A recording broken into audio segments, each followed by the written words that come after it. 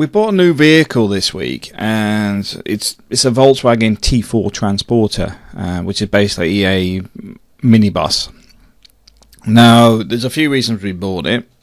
The first one being is Volkswagen has a major following, so offloading it later isn't really an issue, but also it can be a camper van, which actually raises the value. Refitting it and putting new seats and the kitchen in there, etc., you can actually end up with a vehicle worth more than you paid for it. And don't mean by a little bit. We were looking at there's actually a T3, which is the older version in our street, and it's not in fantastic condition, but it's worth €7,000.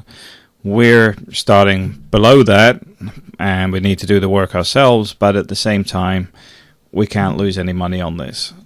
It's already up and running. It's a diesel engine. Got a few things I need to change, like door handle. One of the things in Spain is you don't seem to find things rust too bad. So the general condition isn't, I've got to take all this up, all this will get replaced. But its general condition is pretty good on the bodywork. A lot of the vehicles for the same sort of money have huge dents around them. Some of these seats will be coming out, but as you can see, it's currently a 9-seater.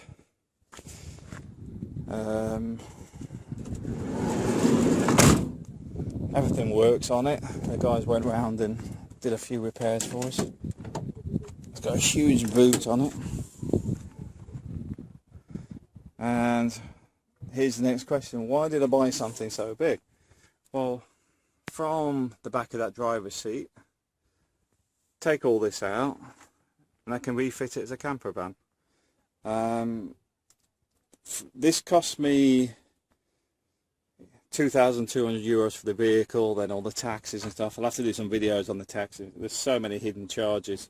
Let's put it this way: with the cost of the taxes plus insurance, etc., it's cost me about another €1,000 altogether. But we've got a good vehicle, and like I said, it will need some work doing to it, but there's a lot of reasons to do this, because once this is refitted, although it's cost me $2,000, say $3,000 all in for this year, what you'll find is these hold their value as camper vans. Due to the huge following of Volkswagens, the vehicles themselves are pretty collectible. So a lot of the refitting I'll probably end up doing myself, but I've got time, and like here you can see the bumper's been stitched and stuff, bizarrely. But once that comes off, replace the bumper. eBay is a great place to find all your bits and pieces and slowly put it back into good condition,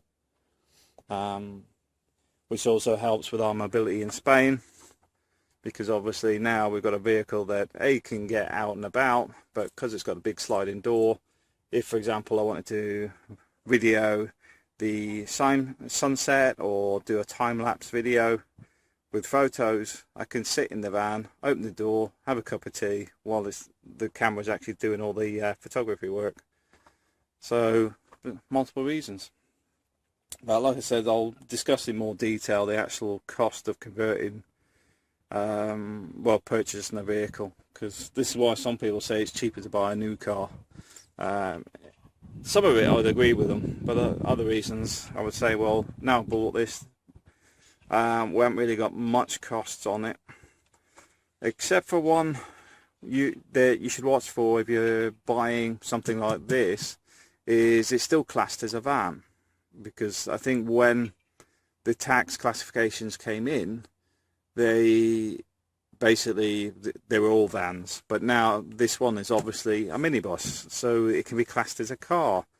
The difference being, with glass here, it's a panel, it's a car, but if that was a solid panel, it's a panel van.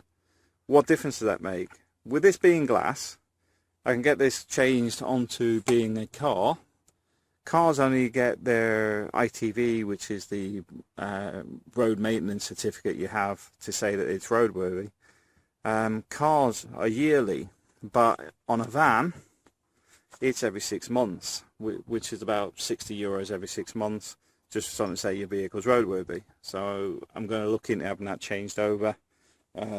Already checked that it's within the specifications, because it depends on your vehicle identification number, your VIN number, that it's within a certain year, because if it's too old or the wrong type, they won't change it. But this one's actually already been checked, and it's probably going to cost me about €100 to change the documents with Volkswagen, because you've got to go to Volkswagen, get them to change it. They then take it to the local government, and then they accept it, and then it declassifies it from being a van to being a minibus. Well, being a car. They don't seem to have minibus. But as you can see, it's a big vehicle. Diesel engine, 2.5 litre. Engine seems fine. It's got a little bit of an oil leak, but for something this age, it's 1991, I would expect some problems. But nothing major. And I was talking to Keith yesterday, and he says that mechanics are cheap as chips in Spain, which suits me. But the next thing is bleaching and cleaning all this out to get it back to factory condition rather than a builder's van, which is what it looks like at the minute. Alright, thanks for watching. Yeah.